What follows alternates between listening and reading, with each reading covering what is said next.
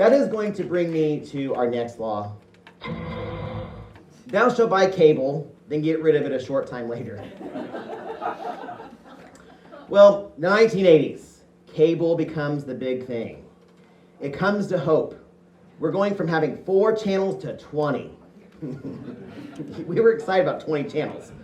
And so it was a big deal because we never went to the movies, and our world was TV. We didn't really go a lot of places because Dad was on the road, so our world was TV. And so Mom and Dad decided they were going to get HBO. And so HBO at the time was not like HBO now. They didn't have any original programming. They played the same 5 movies for the entire month. I don't know if you guys remember that when HBO first came out. It was the same 5 movies. So my sister and I had them memorized. I mean, we memorized every one. And I can tell you our favorite one was Flash Gordon.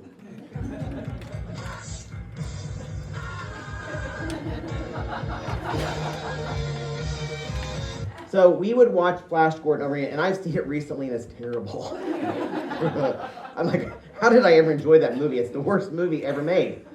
And so, but we would watch those movies over and over again. Well, in those days, HBO had a little morality to them. They would save the riskier movies for like 10 o'clock when we're supposed to be kids watching. Well, think about this. You had an over-the-road truck driver, a born-again Christian mom, and you would think that one of them would have monitored what we watched. And they didn't. A lot of times it was cover your eyes. That was their censorship. Cover your eyes. So we really weren't censored very much. So one day in particular, my cousin and I were playing with dolls. And I'm just going to say this. Yes, I played with dolls. And I'm very secure about it. Listen, I had 3 older girls around me the entire time, and that's what they did. I had no other boys, so I had either play dolls or, I didn't have anything else to do. And we had one TV. There was no internet. I had to actually play with other people. So my cousin Pam is at my house, and we're playing dolls. So she has a doll, and I have a doll. And they usually let me play with this guy doll. This is the actual doll. And he had a red jumpsuit on, and he was kind of high tech. He had like a little chip you put in the back, and you could talk, and there were just lots of different things. And you could squeeze the back of him, and his organs would move. Well, not that one. Nope. That one was censored. And so you squeeze his back, and his chest would move, and you see the lungs move, and there's like blood flowing through it. So they always let me play with this one. This was the one I always had to be. So we're playing dolls, and so this is kind of how the conversation is going with the dolls. Hey, what's going on? Nothing. I just got here. Oh, you did? Yeah. That's fun. So what do you want to do? I don't know. What do you want to do? What do you want to do? I don't know. Are you hungry? No, I ate some pizza. Okay.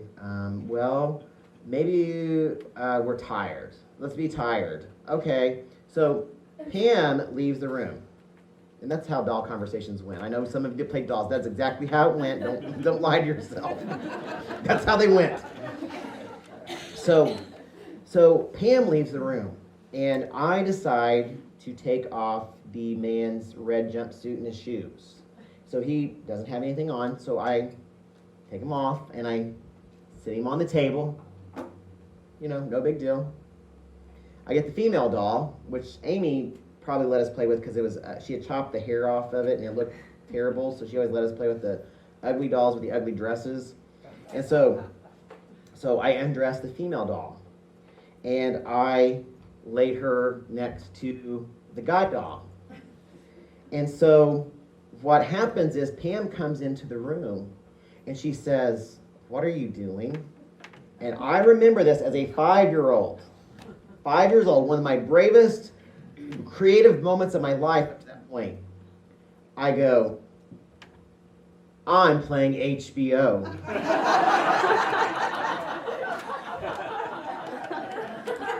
Well, after Pam goes and tells my mom I'm playing HBO, HBO is gone. as well as cable. We go back to 4 stations because that was very traumatizing to my mom, and apparently it was more influential than she wanted it to be. So HBO was gone, and I will say cable did not reappear at 626 Jackson Street until 1991. HBO did not reappear at 626 Jackson Street until 2009 because I was even in my 30s and I was still afraid of getting HBO because of the HBO incident.